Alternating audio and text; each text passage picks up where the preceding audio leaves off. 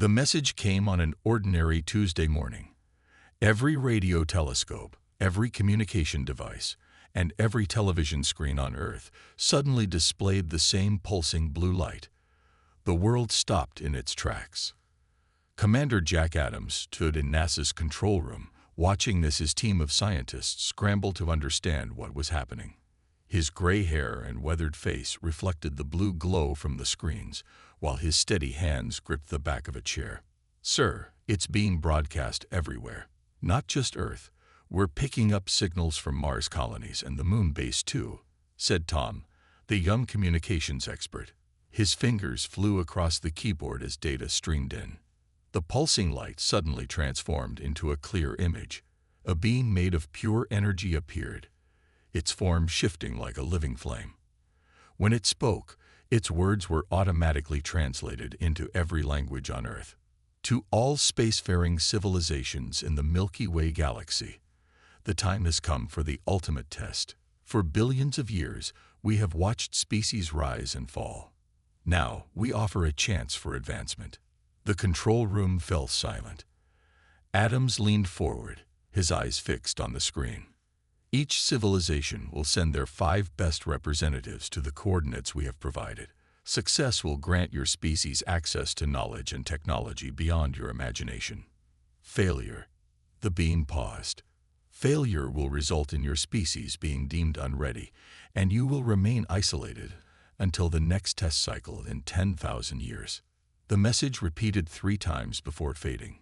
Within hours, the United Nations called an emergency session. Reports came in that 50 other spacefaring civilizations had received the same message. 2 days later, Adams found himself in New York, standing before the Global Selection Council. Representatives from every nation argued about who should be sent. "We need our best scientists," shouted one delegate. "No, our strongest soldiers," argued another. "You're all wrong," Adams spoke up, his voice cutting through the chaos. "We need people who won't give up. People who can think differently. People who represent the best of what humanity is, not just what we can do." The room grew quiet. An older woman, Dr. Reed, stood up. "Commander Adams is right. We've all read his file. 25 years of space exploration, 3 impossible rescue missions, and he never left anyone behind. He should lead the team." Over the next week, 4 more team members were chosen. Dr. Maria Wells, a problem-solving genius who worked as both a surgeon and an engineer. Robert Greene, an adaptable survival expert who had lived through 3 months alone on Mars after a mission went wrong. Linda Cooper, a former teacher turned astronaut known for her unusual but effective solutions, and David Turner, a young but brilliant strategist who saw patterns others missed. The team had 1 month to prepare. While other species boasted about their advanced technology and superior intelligence, humanity focused on what they did best: preparing for the unexpected. On their last night on Earth, Adams stood at the launch facility, looking up at the stars. Dr. Wells joined him. "The other species," she said, "they're saying we don't stand a chance, that we're too primitive." Adams smiled. "You know what makes humans different, Maria? We've failed more times than any of them have tried. Every step of our progress came from picking ourselves up and trying again. Maybe that's exactly what this test needs." As dawn broke, the team boarded their ship, the Spirit of Terra. They carried with them no advanced weapons, no superior technology, just the one thing humanity had refined over thousands of years: the absolute refusal to accept defeat. The ship lifted off, carrying humanity's hopes with it. As they broke through the atmosphere, Adams looked at his team. They weren't the strongest, the smartest, or the most advanced representatives in the galaxy, but they had something that would prove far more valuable. They were human, and humans had turned refusing to fail into an art form. Their journey to the testing station would take 2 weeks. None of them knew what awaited them, but they all shared one certainty: they would either find a way to succeed, or they would make one. The Spirit of Terra slowed as it approached the testing station. Through the main viewport, the human team got their first real look at what awaited them. It wasn't a space station as they had imagined. It was something much more impressive. "That can't be natural," whispered David, his eyes wide with wonder. Before them floated what looked like a small moon, but clearly artificial. Its surface was covered in perfect hexagonal patterns that glowed with soft blue light. Around this massive structure, dozens of ships from other civilizations hovered like colorful insects. "Those ships," Linda said, pointing at vessels that resembled crystal spires and living coral reefs. "They make ours look like a child's toy." Commander Adams nodded but kept his expression neutral. "Remember, we're not here to compete with their technology. We're here to take the test." As their ship approached the designated docking area, they received automated instructions. The station's gravity would match Earth's, and the atmosphere would be safe for them to breathe. Small comforts, at least. When they stepped out of their ship, they entered a vast docking bay where representatives from other species were gathering. The humans tried not to stare, but it was difficult. Some aliens looked almost like humans, but with subtle differences. Taller, with strange-colored skin or extra fingers. Others were completely different. Beings made of crystal, creatures that seemed more plant than animal, and entities that floated in protective bubbles. A tall, thin alien with silver skin approached them. "Humans? From Earth?" It asked in perfect English, though its mouth didn't move. "I am Guide 12. I represent the Kalnori Federation. We have existed as a spacefaring civilization for over 50,000 of your years." Adams stepped forward. "Commander Jack Adams." "Yes, we're from Earth." The silver being made a sound that might have been a laugh. "How interesting. You are the youngest species here." Many were surprised you received an invitation at all. Robert stepped closer to Adams. "What can you tell us about this test?" he asked. "No one knows the exact nature of the trials," Guide 12 answered. "The Watchers reveal nothing until the moment of testing, but history suggests it will challenge everything: intelligence, strength, adaptability, morality." As they talked, other aliens gathered around, curious about the newcomers. Some seemed friendly, others clearly looked down on the humans. A bulky creature with 6 arms and rock-like skin joined them. "Your ship uses chemical propulsion." "How quaint. Our ships are powered by tame black holes." Its translator somehow made even these words sound mocking. Before Adams could respond, a light flashed above them, and the entire docking bay fell silent. In the center of the room, a being of pure energy appeared, similar to the one from the message, but larger and brighter. "I am Observer," it announced, its voice somehow reaching every corner without being loud. "Welcome, representatives of 51 civilizations. You have been chosen to participate in the ultimate test." The energy being's form shifted and swirled. For billions of years, the Watchers have guided the evolution of intelligence in this galaxy. Only those who pass our test may join the galactic community. All others must wait until they are ready. A holographic display appeared, showing a map of the testing facility. "You will face 7 trials. Each is designed to test different aspects of your species' worthiness. Many of you will fail. This is expected. In the last testing cycle, no species was found worthy." Dr. Wells whispered to Adams, "Encouraging, isn't it?"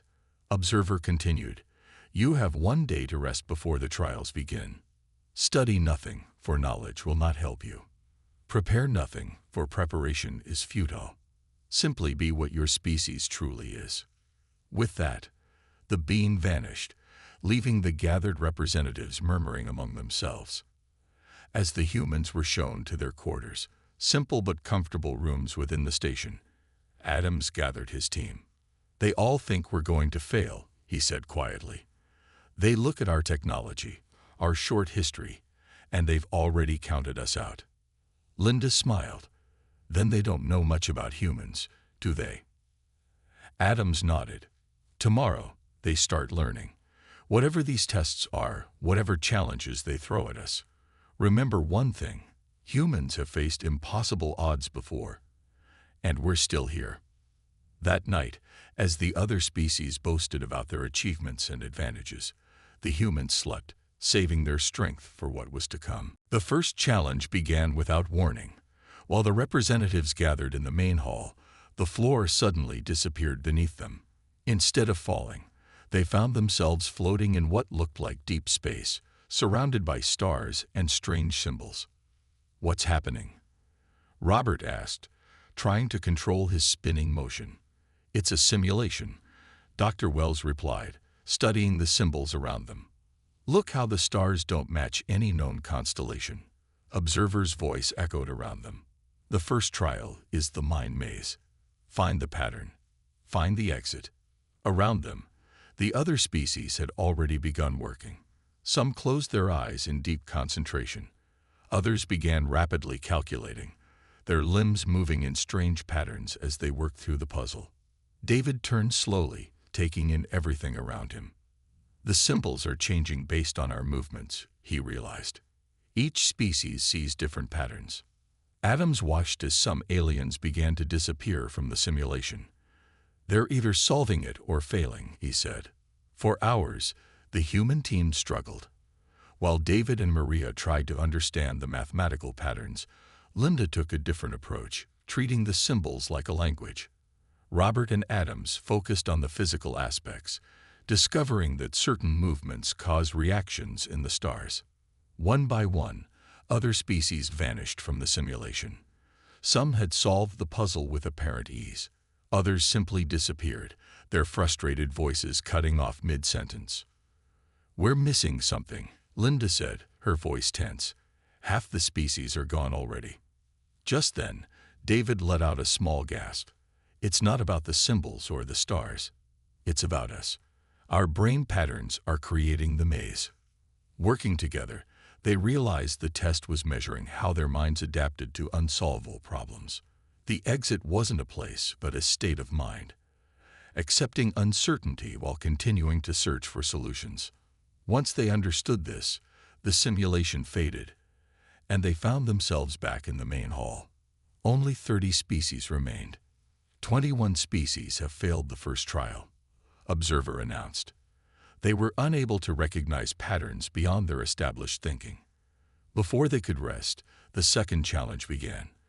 The floor of the hall transformed into different terrains. One section became burning hot lava, another freezing ice, others turned into crushing pressures or toxic atmospheres. "The body trial tests your physical adaptability," Observer explained. "Cross the hall using only what your natural form provides."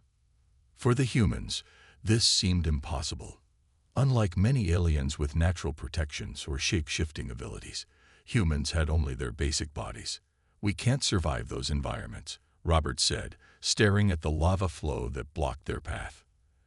Adams looked around at the other species. Some were already crossing with ease, floating over hazards or simply changing their forms to withstand the conditions. Others were clearly struggling. "We don't have to go through," Linda suggested suddenly. "Look at the rules again, using only what your natural form provides." Our natural form includes our minds. Understanding dawned on them. While they couldn't physically transform, humans had always used tools and teamwork to overcome physical limitations. Working together, they created stepping stones from parts of the floor that hadn't transformed. They formed a human chain to cross gaps and used their bodies to shield each other from extreme conditions. Their progress was slow and painful. Burns, frostbite, and exhaustion took their toll. Several times, they almost gave up. But each time, someone would find a new solution or offer encouragement. When they finally reached the other side, bleeding and exhausted, only 15 other species had succeeded. The rest had either withdrawn or failed. 15 more species have failed the second trial, Observer announced. They relied too heavily on their natural advantages rather than adaptation. As medical drones treated their injuries, Adams gathered his team. Despite their battered condition, they shared determined looks. 2 trials down, Adams said quietly. "We made it through both by doing what humans have always done, refusing to accept the limitations in front of us. Dr. Wells winced as a drone sealed a burn on her arm. The next challenges will be harder. Good, Robert replied with a tired smile. Because if there's one thing humans are good at, it's beating impossible odds. Around them, the remaining alien representatives watched the humans with new interest. The primitive species from Earth was proving more resilient than anyone had expected. The third trial began after only 2 hours of rest. The remaining teams were led to separate chambers, each a perfect white cube with no visible doors or windows. The impossible room, Observer's voice announced. Find the way out. You have 6 hours. Adams looked around the featureless space. Any ideas? The team spent the first hour examining every inch of the room, finding nothing. No hidden panels, no secret buttons, no clues whatsoever. This doesn't make sense, Robert said, frustration clear in his voice. There has to be a way out. Through the walls, they could hear the sounds of other species, some shouting in anger, others making strange mechanical noises as they attempted to break through the walls. 3 hours in, Dr. Wells sat in the center of the floor, eyes closed. What if there isn't a way out? She asked quietly. What if that's the point? David paced nervously. But Observer said to find the way out. There must be one. Unless the test is about how we handle impossible situations, Linda suggested. As the hours ticked by, they could hear fewer sounds from the other chambers. One by one, the other species were either solving the puzzle or giving up. With only 1 hour remaining, Adams made a decision. We're going to try something different. Everyone, sit in a circle. When they were all seated, he continued, every problem we've faced so far has tested not just our abilities, but our approach. If there's no physical way out, maybe we need to think beyond the physical. Together, they began talking, not about escape, but about Earth, about humanity's history of facing the impossible. They shared stories of personal challenges they'd overcome. As they spoke, something strange happened. The walls of the room seemed to pulse slightly with each shared memory of human perseverance. The room is responding to us, Maria whispered. When the time limit expired, the white walls dissolved. They found themselves in a large hall with only 10 other species. Over 30 had failed or withdrawn. Observer appeared before them. The third trial tested your response to futility. Some tried to force solutions. Others gave up. Few understood that acceptance and reflection are sometimes necessary before progress. The fourth trial was even more brutal. Each team was placed in a scenario where they faced certain death. For the humans, they found themselves on what appeared to be a failing space station, oxygen depleting, and systems failing. Save yourselves was Observer's only instruction. As they worked frantically to repair the station, they realized a terrible truth. The systems could be fixed, but only enough oxygen remained for 4 people, not 5. We all make it out, or none of us do, Adams stated firmly, even as their breathing became labored. The other species faced similar impossible choices. Through observation screens, the humans could see some teams sacrificing members without hesitation. Others argued violently among themselves. Robert collapsed first, his larger frame requiring more oxygen. As Adams knelt beside him, he had a realization. It's another trick. The test isn't about survival. It's about what we're willing to sacrifice for survival. Working together despite their fading strength, they reconfigured the life support system, putting it into a rotation that would give each of them just enough oxygen to survive, though it left them all at the edge of consciousness. When the simulation ended, only 5 species remained besides humans. The 5th and 6th trials tested their ethics and their wisdom. Each challenge seemed designed to break their spirits, to force them to abandon their humanity to succeed. Each time, they refused.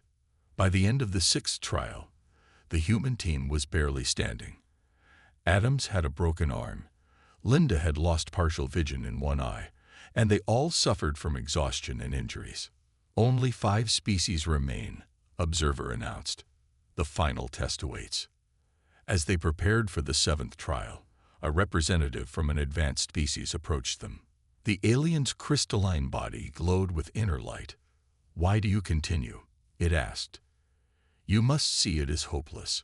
Your technology is primitive. Your body's fragile. The final test has never been passed." Adams looked at his battered team, saw the determination still burning in their eyes. "That's exactly why we'll keep going," he replied simply. "Humans don't believe in hopeless situations." The alien made a gesture that might have been respect before withdrawing. Around them, the remaining species prepared for what would surely be the breaking point for most of them. The remaining representatives gathered in a vast chamber for the seventh and final trial. Besides the humans, only 4 other species remained: the crystalline luminary, the hive-minded drift collective, the ancient machine race called the eternal mechanics, and the energy-based void dancers. Observer appeared, larger and brighter than before. "You have reached the final test. Only one species has ever passed this trial in the history of the Watchers." The chamber transformed around them. They now stood in what seemed to be a perfect recreation of the control center for the entire testing station. "Your challenge is simple," Observer stated. "Use these controls to create a perfect world." Before each team appeared a set of controls uniquely designed for their physiology. For the humans, it was a complex series of screens and panels that seemed to control everything from gravity to time itself. "Perfect world?" Robert asked, looking confused. "You have 12 hours, Observer said before vanishing. The other species immediately began working. The luminary representatives stood in silent communion, their crystalline bodies glowing intensely as they manipulated their controls. The drift collective moved as one organism, their tentacles spreading across their interface like a living web. Adams studied the human controls carefully. "We can literally shape reality with these, create any environment, any conditions." But what does perfect mean? Linda wondered. For the first few hours, the human team experimented cautiously. They created small test environments, watching how their changes affected simulated life forms. Meanwhile, the other species worked with absolute certainty. The luminary were building a world of perfect order and harmony. The eternal mechanics constructed a reality where biological life was replaced with immortal machine consciousness. The void dancers shaped a universe of pure energy, freed from physical limitations. 6 hours in, something unexpected happened. The drift collective suddenly stopped working. Their representatives huddled together, then approached Observer. "We withdraw," they announced. "Perfection is impossible without universal consensus, which cannot exist among diverse minds." Observer acknowledged them with a nod, and the drift collective disappeared from the chamber. The humans watched, confused but intrigued. "They gave up because they couldn't make something perfect for everyone," David said thoughtfully. Dr. Wells looked at their own half-finished creation. They had been trying to balance countless factors: environmental stability, freedom, happiness, purpose. Each change they made created new problems to solve. "Maybe that's it," she said suddenly. "Perhaps perfection isn't the real test." 3 more hours passed. The eternal mechanics abruptly ceased their work. "We withdraw," they stated. "Our calculations show that true perfection requires the elimination of chaos. All chaos stems from choice. Therefore, perfection requires the elimination of choice, which negates the purpose of existence." As they vanished, Adams gathered his team. "I think I understand now," he said quietly. "The test isn't about creating perfection. It's about recognizing that perfection is an illusion." The team watched as the luminary, after 9 hours of meticulous work, also withdrew. "Perfection cannot exist in a universe governed by entropy," they declared before departing. Only the void dancers remained alongside the humans. They worked frantically, their energy forms pulsing with increasing desperation. With just 1 hour remaining, Linda suggested a radical idea. "What if we intentionally create an imperfect world? one that can grow and change and evolve on its own. The team began dismantling their previous work. Instead of trying to control every variable, they built a system that could adapt and change. They created a world with challenges to overcome, problems to solve, and room to grow. When time expired, the Void Dancers presented their creation, a universe of mathematically perfect balance, beautiful but static. Observer examined it, then turned to the humans. "And your perfect world." Adams gestured to their creation. "It isn't perfect. It never will be. That's its strength, not its weakness. Perfection is stagnation. True growth comes from overcoming imperfection." The Void Dancers flickered with what might have been surprise, then bowed slightly. "We have failed to understand. We withdraw." They vanished, leaving only the humans. Observer's form grew brighter. "You begin to understand. But the final test is not yet complete. Follow me to the true challenge." The humans exchanged looks of determination as they followed Observer through a doorway that hadn't existed moments before. The doorway led the human team into absolute darkness. When light finally returned, they found themselves standing on what appeared to be a small asteroid floating in empty space. Nothing else was visible in any direction, just endless stars and void. Observer hovered before them, its energy form dimmer than before. "This is the true final test. No species has passed it in 50 million years. What do we need to do?" Adams asked, his voice steady despite the impossible situation. "Survive," Observer replied simply. "Find your way back to the testing station." Before anyone could ask more questions, Observer vanished, leaving the 5 humans completely alone on the barren rock. "This is impossible," Robert said, looking around at the empty space surrounding them. "We have no ship, no supplies, not even spacesuits. We're standing on a rock in the middle of nowhere." Dr. Wells knelt down, examining the asteroid's surface. "This can't be real. We should be dead already without air or protection from radiation." "It's another simulation," David suggested, "like the earlier tests." Linda shook her head. "I don't think so. Feel how solid this is. The air we're breathing? This is different." Adams walked the perimeter of their small world, which took only minutes. The asteroid was barely 100 meters across, made of dark gray stone with no special features. Nothing to build with, nothing to use, just the clothes they wore and the small rock beneath their feet. "Even if it's real, there must be a solution," he insisted. "The Watchers wouldn't send us to actually die." For hours they brainstormed ideas. Could they somehow propel the asteroid itself? Could they signal for help? Was there something hidden within the rock? Every suggestion led to a dead end. As time passed, hunger and thirst began to affect them. The temperature dropped as their small world rotated away from the nearest star, leaving them huddled together for warmth. "Maybe we're thinking too literally," Linda said through chattering teeth. "These tests have all been about challenging our assumptions." David nodded slowly. What if we're not meant to physically return? What if finding our way back means something else?" While they pondered this, Robert suddenly pointed upward. "Look!" In the distance, barely visible, was a faint blue glow. The testing station, impossibly far away. "That's just cruel," Dr. Wells muttered, "showing us where we need to go with no way to get there." As night fully engulfed their asteroid, they took turns sleeping while others kept watch. During his watch, Adams sat alone, staring at the distant blue light of the station. Something about this test felt different.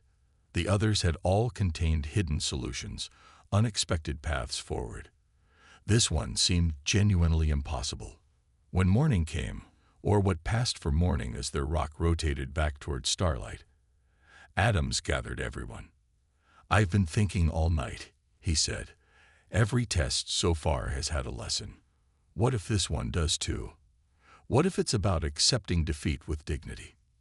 Silence fell over the group as they considered this possibility. "No," Robert said firmly.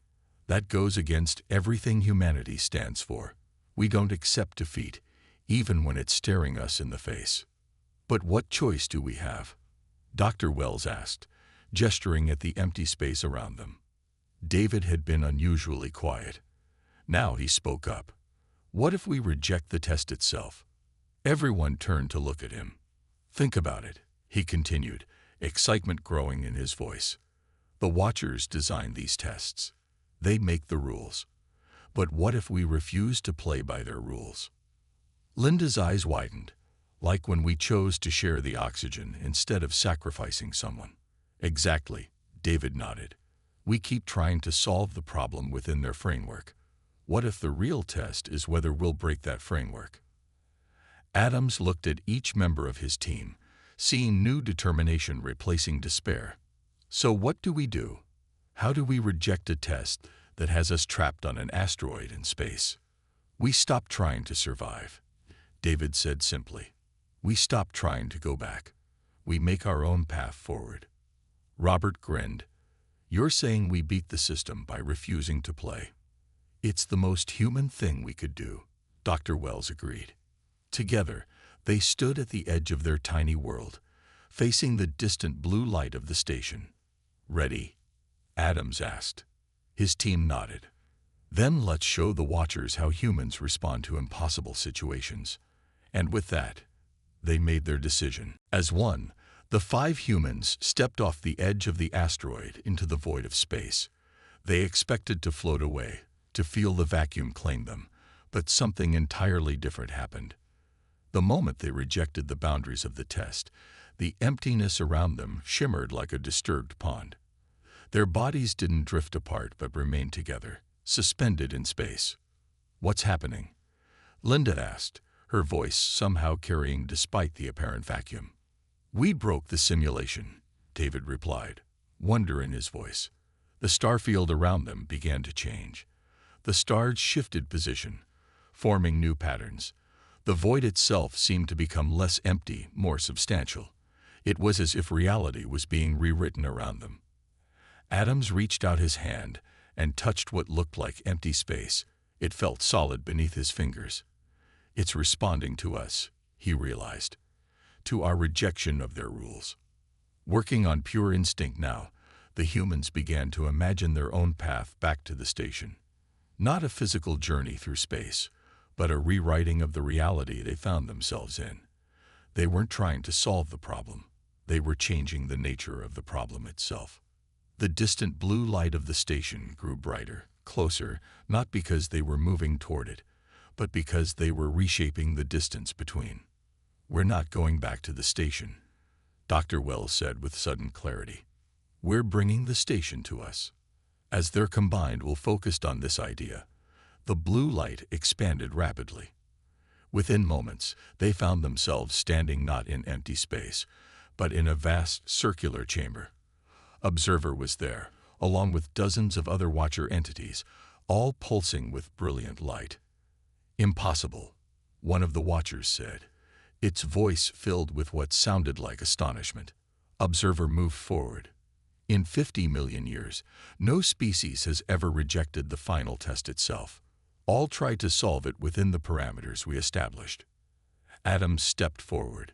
Humans have always refused to accept limitations placed on us.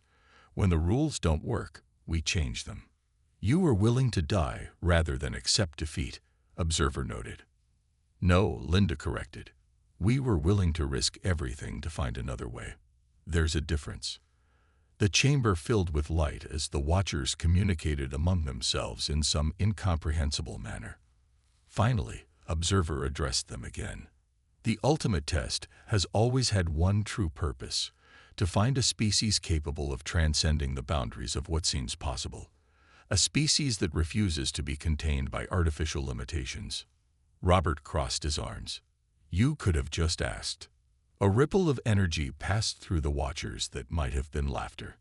Many species claim such ability, Observer explained. Few truly possess it. Most accept the frameworks given to them, even while believing they are breaking free. Dr. Wells looked thoughtful. The other challenges, they were all designed to eliminate species that couldn't think beyond established patterns. Yes, Observer confirmed. The mind maze eliminated those who could not adapt their thinking. The body trial removed those who relied solely on natural advantages rather than finding new approaches. Each test identified species trapped within their own limitations. David smiled. And we're the first in 50 million years to pass. The only other species to succeed were the founders, who created the Watchers to continue their search. They sought successors who would not repeat their mistakes, becoming so advanced that they stopped questioning, stopped challenging, stopped growing. A new doorway appeared in the chamber, filled with swirling light. Humanity has proven itself worthy, Observer announced. You may now join the galactic community as equals, not subjects. Your species will bring something precious that has been missing: the refusal to accept limitations. Adams looked at his team, saw the pride and exhaustion on their faces. What happens now? You will return to Earth as representatives of a new era. The knowledge and technology of 100,000 civilizations will be available to you. But more importantly, your perspective will now help guide the galaxy's future. The human team stood taller, despite their exhaustion and injuries. They had come to this place as representatives of a young, unproven species. They would return as equals to the oldest civilizations in the galaxy. Ready to go home? Adams asked his team. They nodded, tired but triumphant. As they approached the doorway, Observer said one final thing. Remember what allowed you to succeed when all others failed. Not your technology, not your physical strength, but your unbreakable determination to forge your own path. The humans stepped through the doorway, carrying with them humanity's greatest gift to the galaxy: the absolute refusal to fail.